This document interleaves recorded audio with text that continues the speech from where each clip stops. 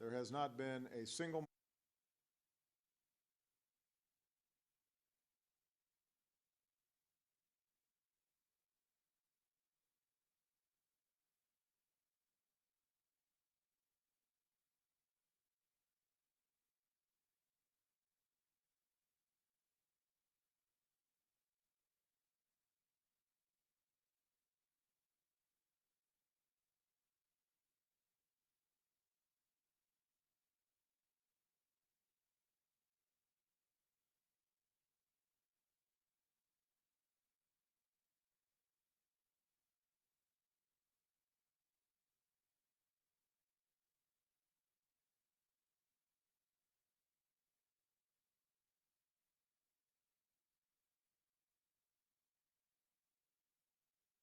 moment since that time that I've doubted the wisdom of that decision. He was the best possible choice, not just for me, but for the American people. This is an extraordinary man with an extraordinary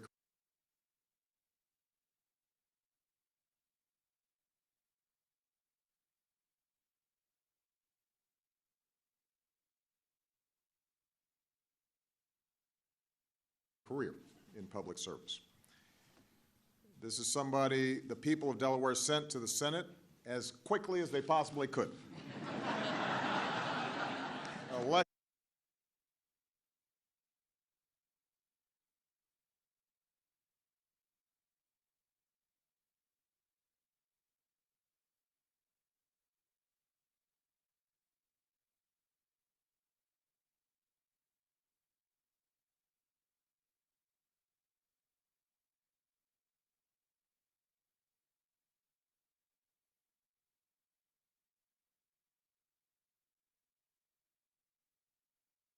At age 29.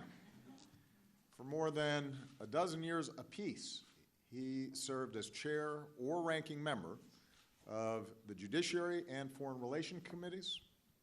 Domestically, he championed landmark legislation to make our communities safer, to protect our women from violence.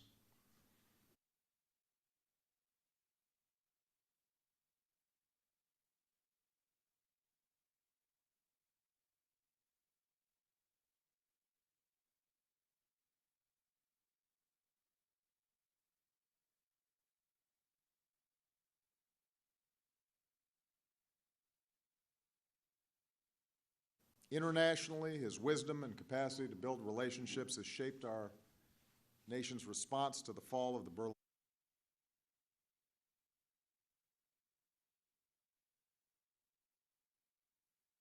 Wall and the Iron Curtain, to counter terrorism, Iraq,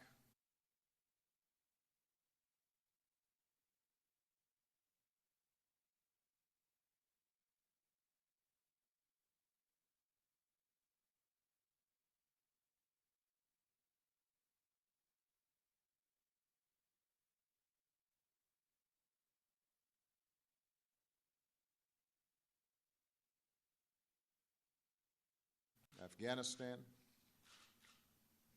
and for the past 8 years, he could not have been a more devoted or effective partner in the progress that we've made. He fought to make college more affordable and revitalize American manufacturing as the head of our middle-class task force.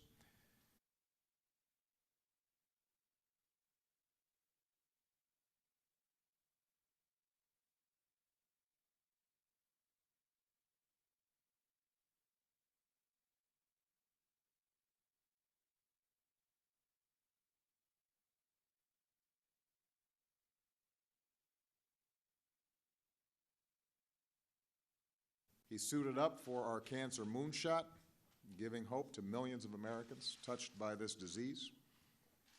He led our efforts to combat gun violence, and he rooted out any possible misappropriations that might have occurred, and as a consequence, the Recovery Act worked as well as just about any large-scale stimulus project has ever worked in this country. He visited college after college and made friends with Lady Gaga for our It's On Us campaign against campus sexual assault. And when the Pope visited, Joe was even kind enough to let me talk to the holiness as well.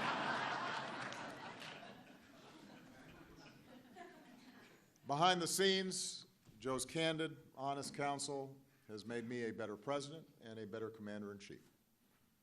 From the Situation Room to our weekly lunches to our huddles after everybody else is cleared out of the room, he's been unafraid to give it to me straight, even if we disagree.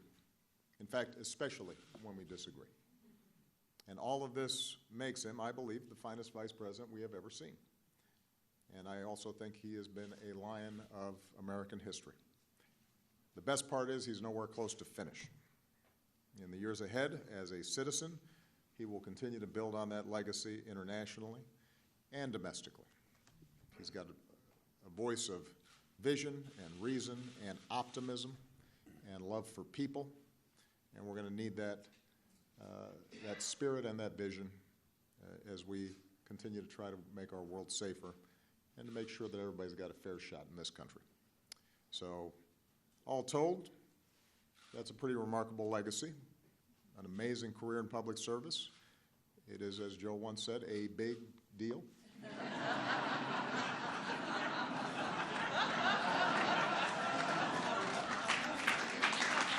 It is.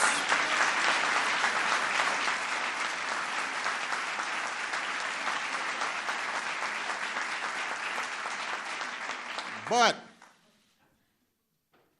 we all know that on its own, his work, this list of accomplishments, the amazing resume, does not capture the full measure of Joe Biden.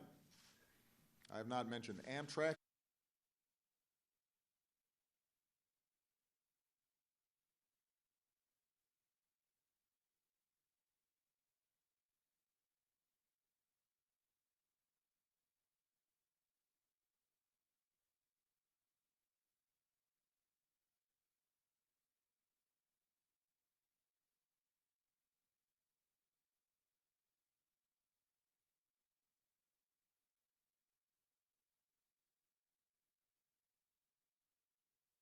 Yet, or aviators, literally.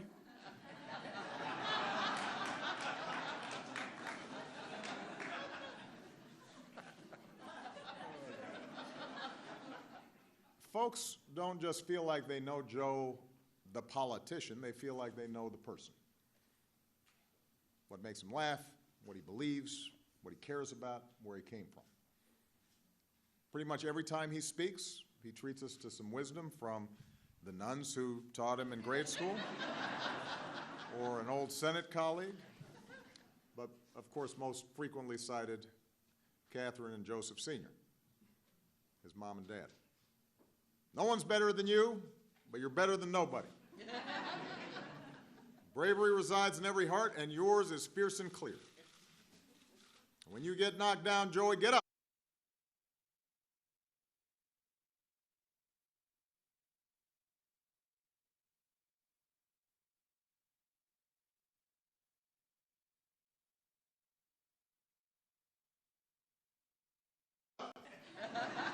Get up.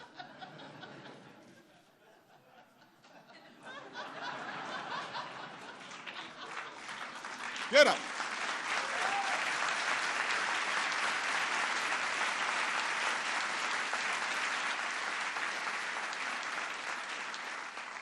That's where he got those broad shoulders. That's where he got that Biden heart. And through his life, through trial after trial, he has never once forgotten the values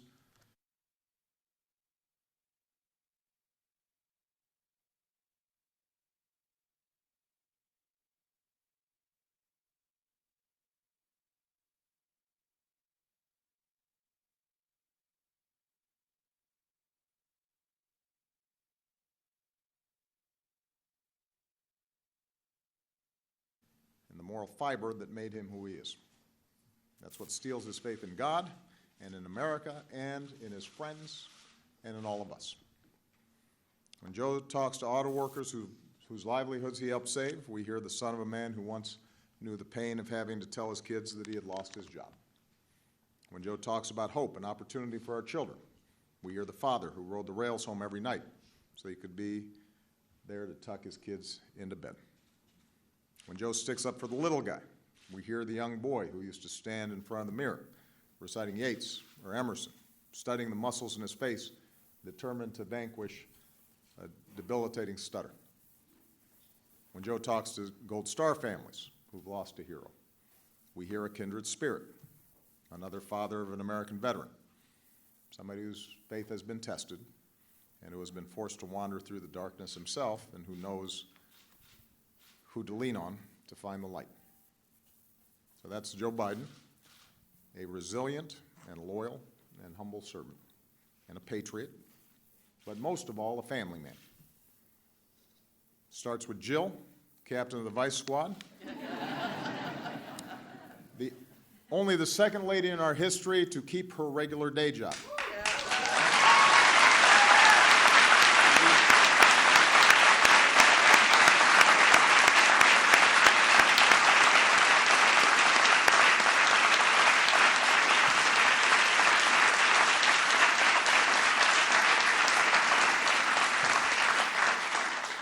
Jill says teaching isn't what she does, it's who she is. A few days after Joe and I were inaugurated in 2009, she was back in the classroom teaching. That's why when our administration worked to strengthen community colleges, we looked to Jill to lead the way. She's also traveled the world to boost education and empowerment for women. And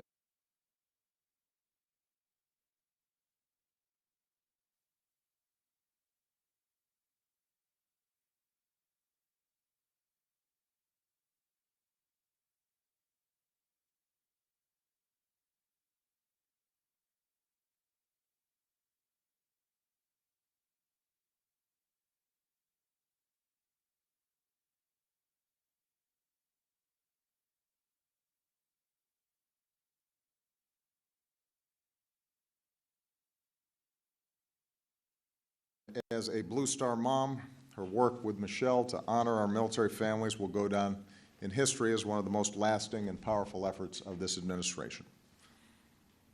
Of course, like Joe, Jill's work is only part of the story. She just seems to walk this earth so lightly, spreads her joy so freely. And she reminds us that although we're in a serious business, we don't have to take ourselves too seriously.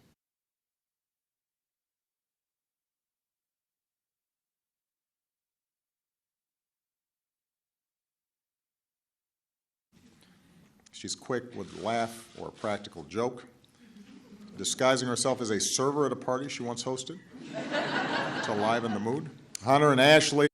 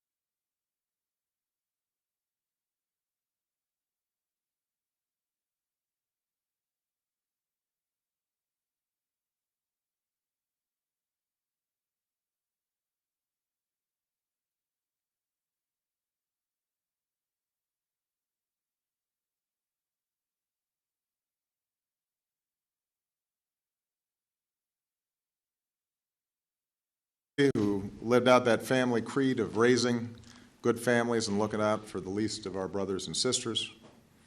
Bo, who was watching over us with those broad shoulders and mighty heart himself, a man who left a beautiful legacy and inspired an entire nation.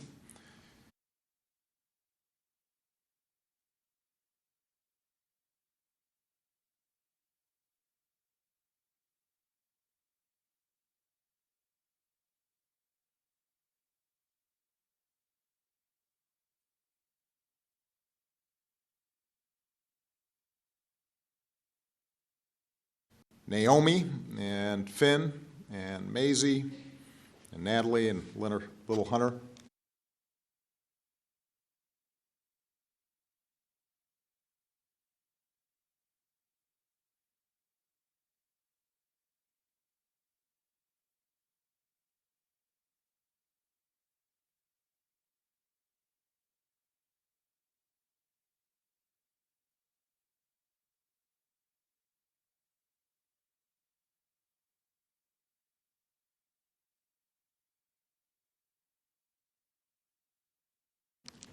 grandchildren who are the light of Joe's eyes and gives him an excuse to bust out the squirt gun around the pool.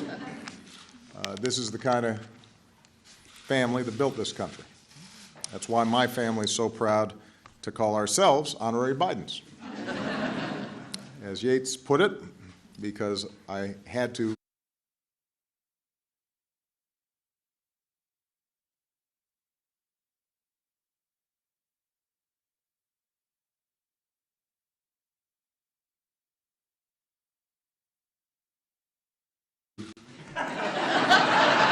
Quote an Irish poet, and Seamus Heaney was taken. Think where man's glory most begins and ends, and say my glory was I had such friends. Away from the camera, Jill and Michelle have each other's backs just as much as when they're out championing our troops.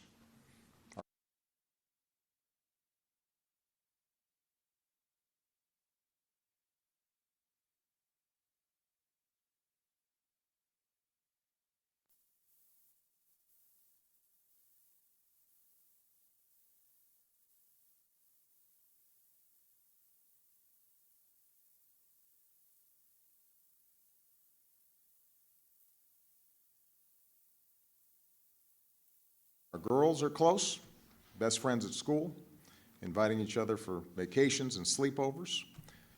Even though our terms are nearly over, one of the greatest gifts of these past 8 years is that we're forever bonded as a family. But, of course, I know that the Obamas are not the only ones who feel like they're part of the Biden clan, because Joe's heart has radiated around this room. You see it in the enduring friendships he's forged with folks of every stripe and background up on Capitol Hill. You see it in the way that his eyes light up when he finds somebody in a rope line from Scranton